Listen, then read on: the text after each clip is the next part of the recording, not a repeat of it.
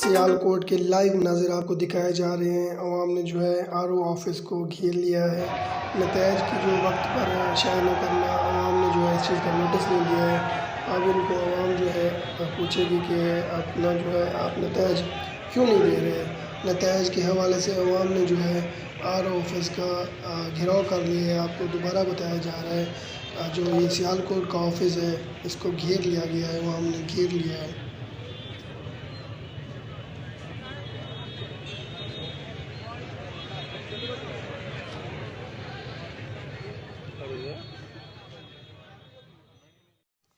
اب جس کا ڈر ہے وہ یہ ہے کہ عوام جو ہے دوبارہ جس طرح پہلے جلسہ جلوس کیا کرتی تھی وہی ہوگا۔ اب پاکستان کے حالات دوبارہ جو ہیں خراب ہونے کے امکان ہیں۔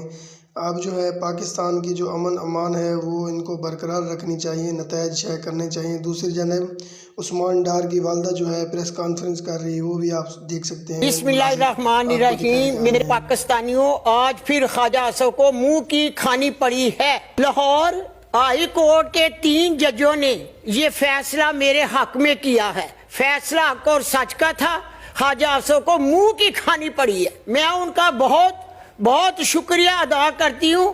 اللہ تعالیٰ انہیں ہمیشہ صحت کاملہ میں رکھے۔ میں اپنے وکیل ابو ذر نیازی کا بہت شکریہ ادا کرتی ہوں، ساتھ اس کی اس ٹیم کا بھی شکریہ ادا کرتی ہوں۔ میں ان کی ہمیشہ مشکور رہوں گی۔ خواجہ اصف، اب سیالکوٹ عوام کی عدالت میں آؤ اور میرا مقابلہ کرو، پھر دیکھنا تمہارے شیر کا کیا حشر ہوگا۔ تمہارے شیر کا وہ حشر ہوگا، عوام کرے گی شیر کا حشر میرے ساتھ مل کر، اور تمہارے شیر کو کاٹ میں ڈالا جائے گا اور بیبی کاٹ کو اٹھا کر لے جانا۔ پاکستان کی عدالتوں کے پیچھے چھپنا بند کرو اور سامنے آؤ اور مقابلہ کرو۔ پاکستان زندہ باد، عمران خان پائندہ باد۔